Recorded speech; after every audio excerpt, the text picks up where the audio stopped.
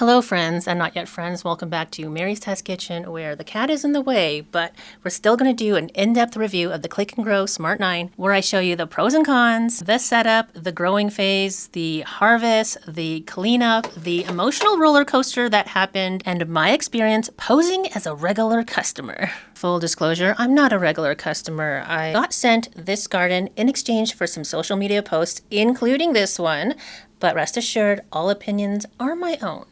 Firstly, it comes very nicely packaged and protected, as it should be at this price point.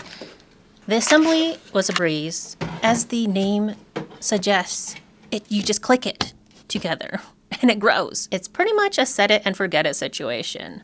The light automatically shines on the plants with the perfect amount of light. They stay on for 16 hours and let the plant sleep in the dark for 8 hours. Or you could go for the Pro model, which you can control with the app. I didn't because I wanted this limited edition sage green color. It just matches my aesthetic. Not sure if you can actually tell, but this is very bright though. It's pretty much daylight, so if I'm watching a movie inside or something and I want everything to be dark, it definitely has to be turned off. I actually have it on a smart outlet, so even though it's not the Pro model, I can still turn it off from my phone. The concept is like Nespresso, but for gardening. So you get these pods. They're pretty affordable. You can look online to see all the prices and all the selection. You pop it into the little cup here.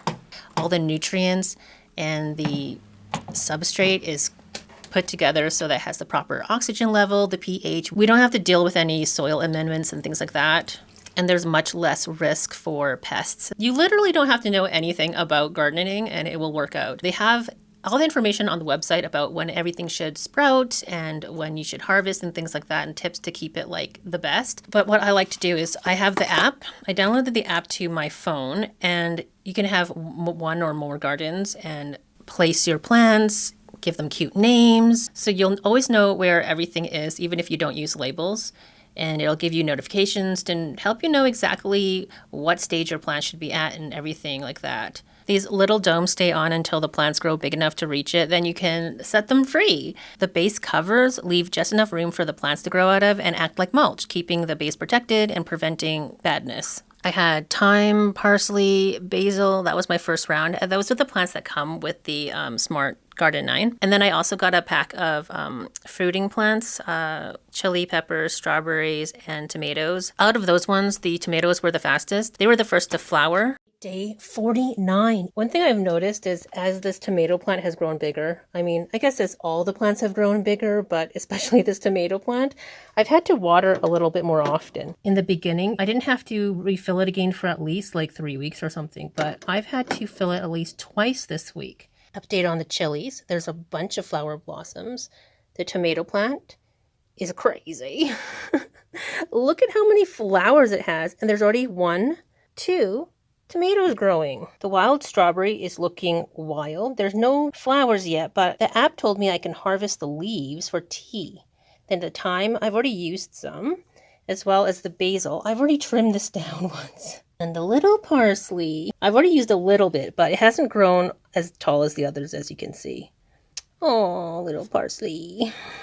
I'm not worried though, because on the app it does say that parsley grows slower. And I got to play the bumblebee with my little paintbrush, pollinating the flowers. Actually, you don't need a paintbrush for the tomatoes. I think you can just shake them and you can smell the tomato essence in the air. It's really nice. And then to see them actually turn into fruit, it's just so wild. I'm such a dork about it. It's so cute. I've been gardening since I was a child. Actually, no, I have not been gardening. My dad was the gardener and I thought I was gardening. Really, I was just watering the plants after school. But in this way, I'm basically doing less work and for more payoff until disaster struck. Now, this is not the fault of the Click and Grow garden. I don't want to be blaming people, but my man, my beautiful, wonderful, handsome, love of my life man, decided to put one of his sickly plants next to my Click and Grow, thinking that I think the light would help it. As anybody who's done any gardening, you know, you don't do that. That's like number one cardinal sin. When I saw that take place, I said nothing because, once it happens, it happens. I just crossed my fingers and hoped that the problem was not contagious. But since you already know this is a tragedy, I'll just spoil it right away. It was spider mites. So obviously they crawled over to my smart garden and wreaked havoc. So I did what I could, took the plants and like rinsed them off. And for a long time that actually worked. The strawberry plants bloomed and they bore fruit.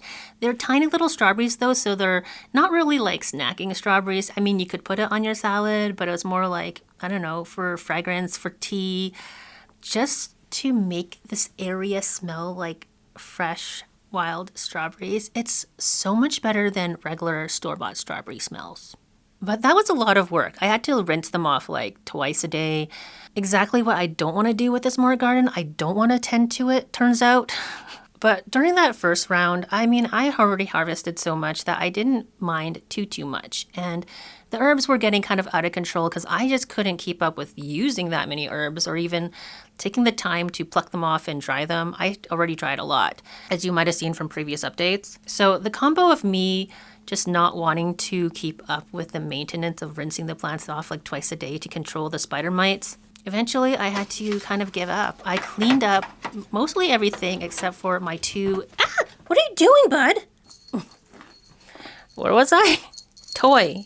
You play with that, not my fingers. Anyways, where was I? Oh yeah, the chili peppers. I told you in another gardening update before that I had these chili pepper plants separate from this. They got this, those are the ones that took like a year to grow nothing. These chili pepper plants grew splendidly. They flowered, I got to pollinate them. They turned little like, the little flowers turned into little fruit buds, whatever you call those. And then we got these bunch of chilies. So eventually I was able to just rinse them off. Like it was way easier to control the pests because I could just pop them off and rinse them underwater and put them back and keep them going until I got all the peppers I could possibly get. So after that round, I cleaned it up. I kind of waited a while because I wanted to plan out my garden. I really planned it out. I mean, this was going to be the perfect, most wonderful garden you've ever seen, most useful. I got holy basil, which is one of my favorite teas, and you can use it in stir fry and that kind of thing, especially in Thai cuisine. But they never have holy basil in stores, at least around me. So this is basically the only way I was going to get it. And I can't grow it in my region. It's not really easy to grow unless you do this one trick, aka grow it in the Click and Grow. Also got dill, which is my favorite herb to use. I use it in a lot of sauces like salad dressings and things like that. I just think it's so good. Pasta, everything.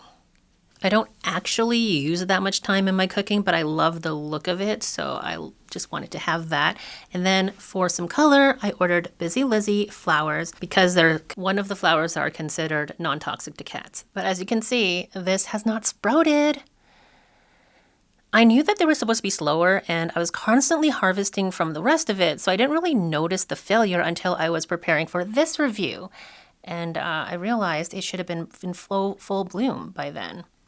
I gotta admit, I'm disappointed that we don't have colorful flowers to show off here, but it was the perfect opportunity to review their 100% sprout guarantee. So I went on the website, and lo and behold, it's very easy to find the form.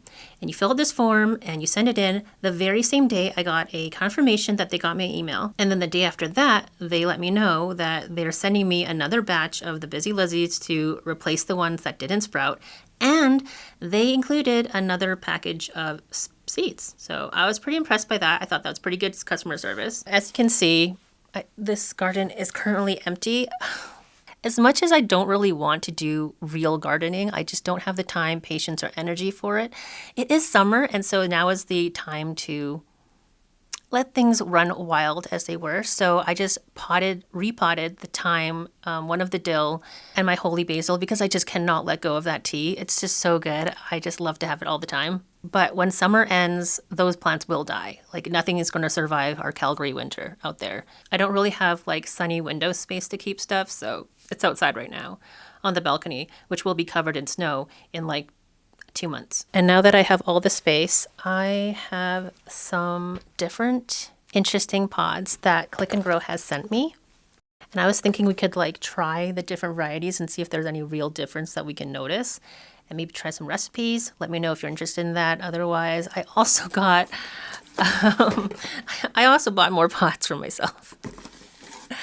You could say that I've kind of, when I first got it, I kind of waffled between like, is it worth it? Is it not? But there's other systems out there, right?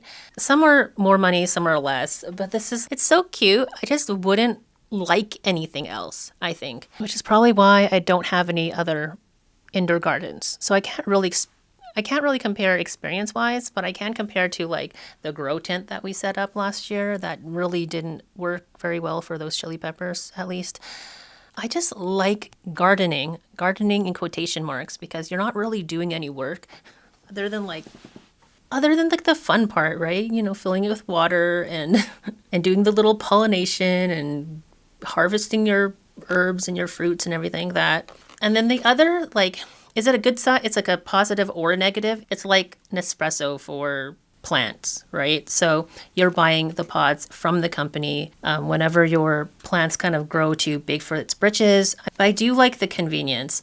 I mean, you can also use your own seeds. They have these pods that don't come with seeds that you can grow anything out of. I think that's all I have for you. So other than the 10% off coupon that is in the description box. So use my link. I'll have it linked below and then up in the cards. And as well as the coupon code, it's MTK for Mary's Test Kitchen, MTK for 10% off. And that works for any order, not just your first. So thank you to Click and Grow for sending me this lovely garden, as well as sending me some extra pods. Other than that, the link below is an affiliate link, so I do get a kickback if you order from them through that link.